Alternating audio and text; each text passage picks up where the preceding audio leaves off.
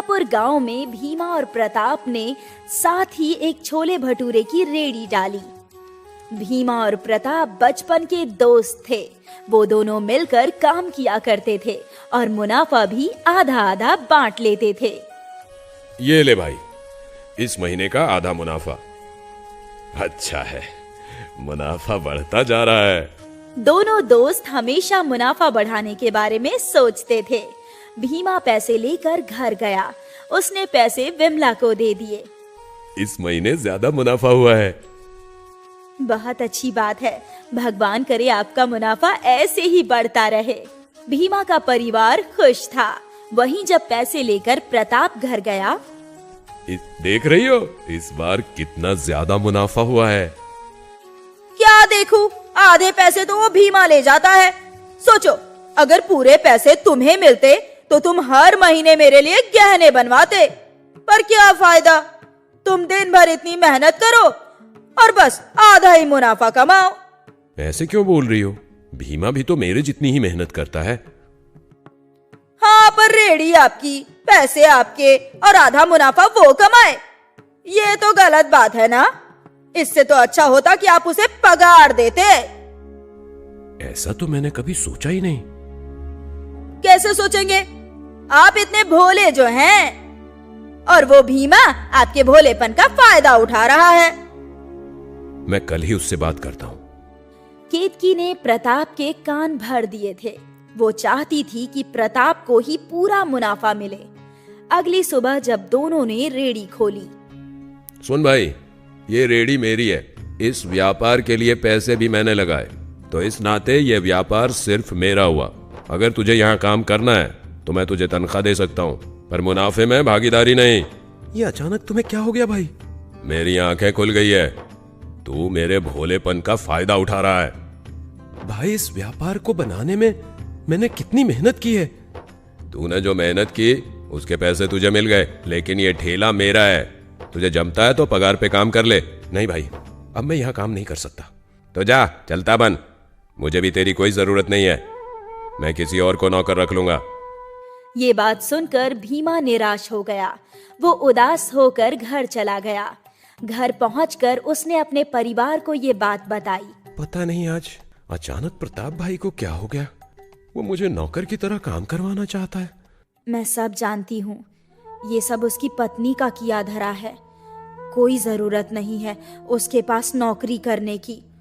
आपको कोई ना कोई काम जरूर मिल जाएगा। हाँ, उम्मीद तो है। चलो मैं बाजार में काम देख कर आता हूँ। भीमा बाजार में गया और कई दुकानदारों से काम के बारे में बात की, पर किसी के पास भीमा के लायक कोई काम नहीं था। भीमा उदास हो गया। सांझ होते ही भीमा घर लौटा। भीमा का चेहरा देखकर विमला समझ गई थी कि उसे कोई काम नहीं मिला है। आप चिंता मत कीजिए, अगर आपको आज काम नहीं मिला है तो कल मिल जाएगा। थोड़ा सब्र रखिए। अगले कुछ दिनों तक भीमा यहाँ वहाँ काम की तलाश में घूमता रहा, पर उसे कहीं कोई काम नहीं मिला। यहाँ प्रताप ने एक बावर्ची को काम पर रख लिया था और उसका छोले भटूरे का ठेला पहले से भी अच्छा चल रहा था। एक शाम की बात है। तो हमारे बचत के पैसे भी खर्च हो रहे हैं। मुझे जल्द से जल्द कोई काम ढूंढना ही होगा। मिल जाएगा। कैसे मिलेगा? मुझे छोले भटूरे के सिवा कुछ बनाना आता ही नहीं है। तो पापा, आप वही बनाइए। क्या? सही तो कह रही है बच्ची। आप भी अपने छोले भटूरे की रेडी डाल दीजिए। रेडी खोलने के पैसे तो है ही हमारे पास। पर मैं अकेली रेडी कैसे संभालूंगा? मैं और शीतल है ना, हम आपकी मदद कर देंगे। और क्या पता, अगर भगवान की कृपा रही तो आपकी रेडी बहुत मशहूर हो जाएगी। हाँ, रेडी तो मैं खोल ही सकता हूँ। विमला ने भीमा को प्रोत्साहित कर दिया। अब वो खुद की छोले भटूरे की रेडी खोलने वाला था। कुछ दिनों बाद भीमा ने गांव के बाजार के बीचों बीच अपनी छोले भटूरे की रेडी लगाई। उसकी पत्नी विमला भी उसकी मदद कर रही थी। विमला भटूरे तल रही थी। अरे आओ आओ, स्वादिष्ट और गर्मा गर्म छोले भटूरे खाओ। आओ आओ। भीमा की आवाज गांव वालों के लिए जानी पहचानी थी, इसलिए गांव वाले तुरंत उसकी रेडी पर आ गए। अरे भीमा भैया, आप खुद अपना बिजनेस खोल लिए। लगाइए 1 प्लेट छोले भटूरे। जी। भीमा ग्राहकों को छोले भटूरे देता गया। भैया, आपके हाथ के छोले भटूरे की बात ही अलग है। हम तो ये स्वाद मिस कर रहे थे। भीमा खुश था कि गांव वाले उसके ठेले पर छोले भटूरे खा रहे थे। पर ये बात जब प्रताप को पता चली, अच्छा, तो अब ये मेरा धंधा खाना चाहता है। अब इसे बताता हूँ मैं। प्रताप ने छोले भटूरे का दाम 30 रुपए से घटाकर 20 रुपए कर दिया। अब सारे गांव वाले यहीं आएंगे। अब आएगा मजा। प्रताप के दाम घटते ही गांव वाले उसकी रेहड़ी पर जाने लगे। प्रताप का प्लान काम कर रहा था। अब भीमा परेशान हो गया।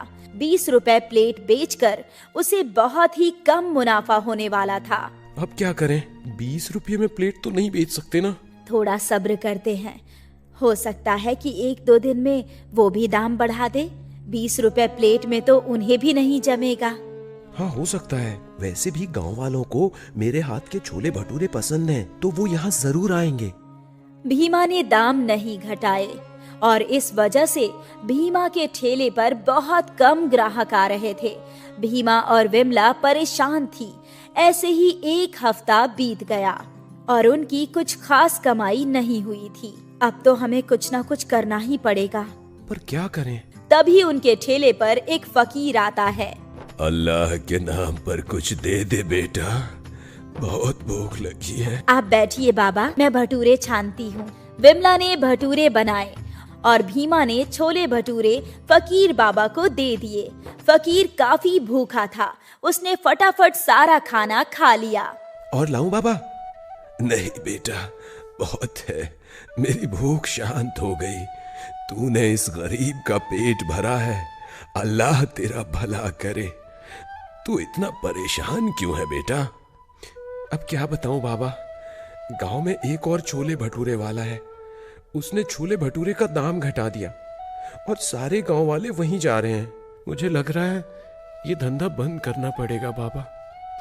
चिंता मत कर, ऐसा कुछ नहीं होगा। तूने मुझ गरीब का पेट भरा है। अल्लाह तेरा दामन हमेशा भरा रखे। ऐसा कहकर उस फकीर ने अपने बोतल का थोड़ा सा पानी तेल की कढ़ाई में डाल दिया। आपने तेल में पानी क्यों मिलाया बाबा? ये कोई ऐसा वैसा पानी नहीं है, जादुई पानी है। अब से तू जो भी इस कढ़ाई में बनाएगी उसका आकार बड़ा हो जाएगा। विमला ने एक भटूरा तेल में डाला और डालते ही वो भटूरा कढ़ाई जितना बड़ा हो गया। हे भगवान! इससे तेरी सारी परेशानियां सुलझ जाएगी बेटा। अल्लाह मालिक, मैं चलता हूँ। फकीर बाबा विमला और भीमा को आशीर्वाद देकर चले गए और बड़े बड़े भटूरे देखकर गांव वालों की भीड़ लग गई। इतने बड़े भटूरे मैंने आज तक कभी जिंदगी में नहीं खाए। भीमा ने दाम बढ़ाकर 50 रुपए कर दिए। फिर भी ग्राहकों की भीड़ बढ़ती ही जा रही थी और यहाँ प्रताप अपने नौकर पर चिल्ला रहा था। अबे, उस भीमा की तरह बड़े बड़े भटूरे बना। मालिक, मैंने बहुत कोशिश की पर बन ही नहीं रही। मुझे नहीं पता, तू कुछ भी करके बना वरना तुझे काम से निकाल दूंगा। प्रताप के नौकर ने बहुत कोशिश की पर उसके बड़े भटूरे फूलते ही नहीं थे। धीरे धीरे प्रताप के ठेले पर ग्राहक कम हो गए और भीमा के ठेले पर बहुत ग्राहक बढ़ गए। दूर दूर से लोग भीमा के बड़े छोले भटूरे खाने आने लगे। भीमा मशहूर हो गया और अमीर भी। अब उसके दोनों बच्चे इंग्लिश मीडियम स्कूल में पढ़ाई कर रहे थे।